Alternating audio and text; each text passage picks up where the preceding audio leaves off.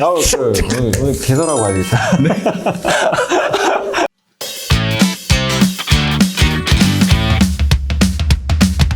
그럼 이번에는 이사님께서는 이런 변동성이 큰 시장에서 그러면 전문가들은 리스크 관리를 어떻게 할까에 대한 궁금증들이 있단 말이죠. 우리 개인 투자자들은 그냥 따라가기 급급하니까 이사님은 이런 시장은 어떻게 대응하세요? 그러니까 저는 그래요. 사실 저는 주식투자를 제가 못하니까. 직접 못하니까. 그러니까 그런 면에선 제가 뭐 그런 얘기를 좀 전달해 주면 어려울 수는 있지만 저도 근데 예전에 제가 매매를 할 때는 네. 저도 뭐 리스크 관리 그런 것도 해봤어요. 진짜 책에 나온 그대로 5% 손해보면 손절도 해보고 10% 수익 나면 이익 실현도 해보고 네. 근데 결국 남는 거 없더라고요. 네. 그런 그 숫자로 뭐 몇 퍼센트 이거는 진짜 단기 트레이더 분들한테 맞는 거지 네. 의미는 별로 없는 것 같고 그래서 저는 리스크 관리를 너무 그냥 시장이나 이런 걸 보고 그러니까 뭐 너무 매크로나 우리가 기업에 투자하잖아요. 네. 기업에 대부분 투자를 하신다면 너무 외부 변수나 매크로 우리가 그걸 어떻게 맞춰요? 맞아요. 여러분이 반도체 경기 맞출 수 있어요? 솔직히 못 맞춰요. 단기 반도체 경기. 네. 근데 5년, 10년 후에 반도체 사이클은 어렴풋이 맞출 수는 있어요. 수요가 느니까 전기차도. 그리고 지금의 뭐 자동차, 업황, 철강 짧게 보면은 그건 누구도 못 맞추고 시장도 마찬가지예요. 맞출 방법은 사실 없어요. 그리고 올해 한번 보세요. 1, 2, 3월로 가면서 1월에 오스테인 플란트 터지면서 출발했죠. LG엔솔 수급 부담 있었죠. 네. 현대산업개발 네. 붕괴 사고 2월에 전쟁까지 나고 3월에 상해시 봉쇄령까지 내리고 네. 이거 예상하신 분이 누가 있겠어요 사실. 각 이슈에 일주일 전까지만 하더라도 아무도 예상 몰랐던 못해요. 그런 그럼 거죠. 그럴 때마다 매번 그런 거 나오면 다 손절하고 그렇지. 리스크 관리 늦게 이거, 쫓아가고 나는 악재 나면 무조건 손절하 그러면 계좌는 녹아요 사실. 근데 그런 이슈 후에 물론 대형주는 손절했으면 오히려 좋은 결과 나올 수도 있지만 중소형주 중에서는 종목 장세 나와서 신고가 난 것도 엄청 많아요. 최근에 코스닥 정말 강했잖아요. 네. 그러니까 그런 것처럼 너무 그런 매크로에 일희일비하지 마시고 제가 말씀드리고 싶은 건 뭐냐면 기업만 보라는 거예요 그냥. 이런 매크로 이슈가 생기건 중국 이슈 전쟁 이슈가 생겼을 때 내가 투자한 기업이 이걸 버틸 수 있는 체력이 있는 기업이냐 일시적인 거냐 그렇게 생각해서 이건 버틸 수 있고 일시적인 거다 그러면 그냥 가져가거나 아니면 더 사야죠 사실은. 리스크 관리 할 게 아니라 근데 그런데 막 취약해요. 아니면 이런 매크로 이슈랑 상관없이 내가 예를 들면 이런 거죠. 내가 치킨집을 하고 있는데 네. 이 지역에 나만 장사를 해요. 네. 근데 갑자기 장사 너무 잘 된다는 소문 듣고 네. 저기서 하나 여기서 하나 생겼어요. 그러면 이 치킨집에 어느 사람이 투자를 하려고 그랬으면 투자를 안 할 수도 있죠. 그렇죠. 경쟁이 치열해. 네. 그런 상황에서는 내가 가진 걸 리스크 관리를 오히려 해야 되겠죠. 경쟁이 치열해. 나 혼자 수익을 내다가 그러니까 너무 외부 환경도 중요하지만 이 기업의 자체적인 경쟁력이 훼손됐는지 네. 탄탄한지 이걸 먼저 보고 리스크 관리를 해야 되는데 그냥 많은 분들은 매번 시황 보고 시장이 안 좋으니까 그렇지. 리스크 관리하고 단기적인 뭐 이벤트라든가 그런 부분에 대해서 여러분들이 너무 막 난 리스크 관리 해야지 이러지 마시고 기업을 보고 실적 좋고 뭐 구조적으로 문제 없으면 여러분들이 가져가는 게 좀 좋다. 그리고 너무 비쌀 때는 좀 정리해야 되겠죠. 밸류가 너무 비싸지거나 그러지 않는다면 저는 리스크 관리 하지 말고 그런 기업들은 오히려 더 추가를 해보자. 그래서 리스크 관리라는 건 결국 그거 같아요. 워런 버핏도 얘기했지만 내가 투자한 기업을 잘 알고 있으면 그게 리스크 관리지 모르는 게 리스크인 것 같아요.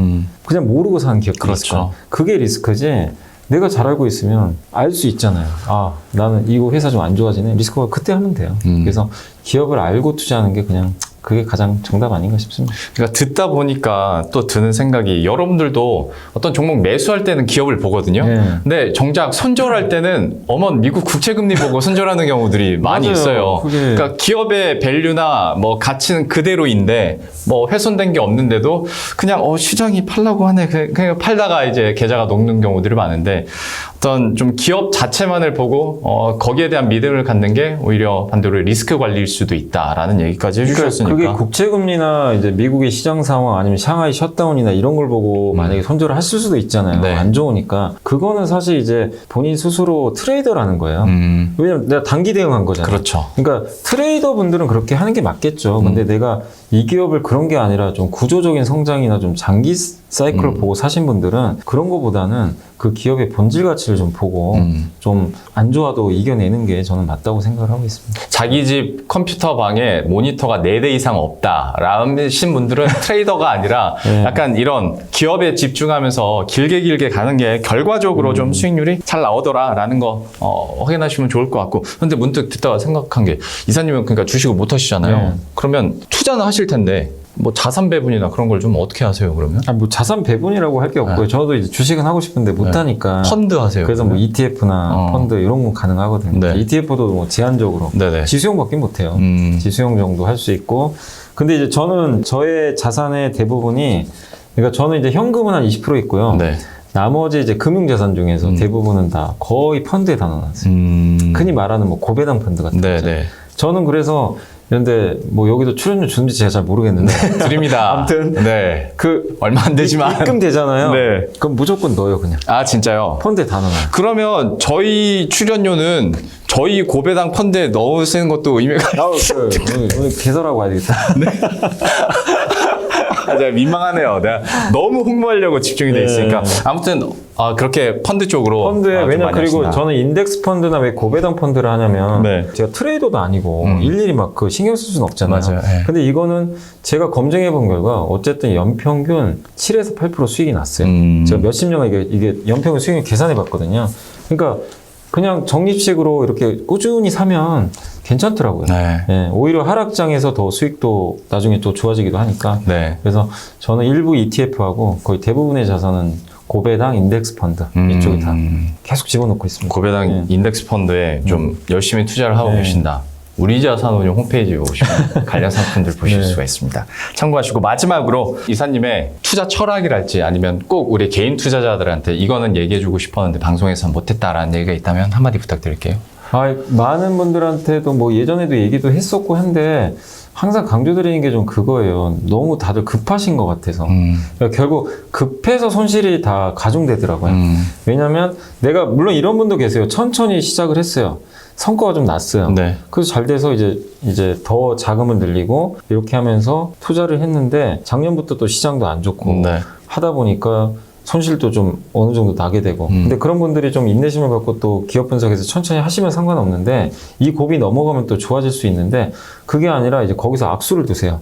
안 되니까 무슨 걸 하냐면 이 좋은 삼성전자도 그렇게 다 좋다고 했는데 이게 빠지고 뭐 현대차도 말할 것도 없고 손절하셔가지고 이제 결국엔 급등주 쫓아가시더라고요. 최악의 시나리오네요. 아니 그런 경우가 되게 많아요. 사실 보면. 왜냐하면 나는 이런 기업을 믿고 나는 같이 투자를 했는데 안 되니까 네. 시간을 기다려야 되는데 사실 그 말처럼 쉬운 건 아니잖아요. 맞아요. 사실은. 네. 근데 옆에 에디슨 EV는 급등하고 아시죠? 네. 일부 그 쌍용차 인수하는. 네. 근데 이번에 상장 폐지 또 맞아요. 심사 대상까지 네. 갈 정도. 그러니까 그게 주주분이 원래 5천 명이었대요. 그 급등 전에 지금 네. 10만 명이래요. 그래요. 그러니까 이제 무슨 얘기를 하고 싶냐면 내가 하기 싫어도 그렇게 하는 경우가 생겨요. 그 마인드가 왜 그러냐면요. 내가 가지고 있는 게 안 가고 점점 급해져요. 손실은 가중되니까. 그리고 얘기해 주신 것처럼 그러니까 지난주 같은 경우에 쌍용차 관련주들이 막 급등을 했잖아요. 네. 그러니까 내가 그걸 안 따라가면 되게 시장에 소외되는 맞아, 느낌도 맞아요. 있어요. 네. 하다 보니까 남들은 다 이걸로 수익 내는 네, 것 같은데 맞아. 근데 그런 거 신경 쓰지 마시고 그걸로 수익 내시는 분 별로 없어요. 생각보다. 그리고 늦게 들어가시면 다 다치게 되고 그래서 정석 투자하세요. 지금 느린 게 아니에요. 여러분이 10년, 20년 하시는데 지금 좀 늦으면 어때요? 네. 지금 늦더라도 하나라도 제대로 분석해서 내가 투자를 하는 게 그게 오히려 더 지름길인데 그렇죠. 그 지름길을 엉뚱한 데로 좀 자꾸 가려고 하시네요. 그래서 화를 입는 것 같아요. 그래서 절대적으로 일확천금 노리지 마시고 정도껏 뭐 너무 뻔한 얘기지만 저도 그런 경험을 워낙 많이 했기 때문에 그래서 여러분들이 좀 천천히 내가 삼성전자를 갖고 있는데 아까 제가 반도체 설명드린 것처럼 한번 그렇게 고민해 보시고 장기적으로 문제 없으면 그렇게 부정적으로 볼 필요는 없거든요. 네. 지금 주가만 봐서 그런 것 같아요. 네. 그래서 다시 한번 강조드릴 필요는 주가를 보지 마시고 이 회사의 기업 가치가 앞으로 증가할 거냐 악화될 거냐 그걸 먼저 보시고 네. 투자를 항상 꼭 해나가시면 좀 좋을 것 같습니다. 저희가 이전 게스트로 김영익 교수님을 모시고 얘기를 했었고 분명히 교수님과 또 이사님의 시장을 바라보는 뷰는 다릅니다만은 마지막에 어떤 투자 철학에 대해서 여쭤보면 얼추 비슷한 맥락의 공통점들이 많이 있습니다. 그리고 이제 보시는 분들은 야 그런 뻔한 말 누가 못해 라고 하실 수도 있겠지만 사실 이걸 실천으로 옮기기는 진짜 쉽지 않고 네. 역사적으로 봤을 때 결국 그렇게 하는 사람이 고수익을 얻더라라는 건 증명이 돼 있으니까 여러분들도 직접 경험을 해보시면 여러분들의 어떤 투자 패턴이나 전략에도 좀 변화가 있지 않을까라는 생각도 해봅니다. 참 쉽지 않은 시장이고 또 악플이 많이 달릴 수밖에 없는 시장이긴 한데 또 귀한 걸음 여기까지 해주셔서 각 업종별로 그리고 또 자신의 투자 철학까지 얘기해주신 이베스트 투자증권 염승환 이사와는 여기서 인사를 짓도록 하겠습니다. 오늘 너무 감사했습니다. 고맙습니다. 네, 감사합니다. 펀드 하세요? 펀드는 안 합니다. 펀드 안 합니까? 네, 펀드는 안 아, 합니다. 펀드 하셔야 되는데. 해야죠, 뭐. 우리 자산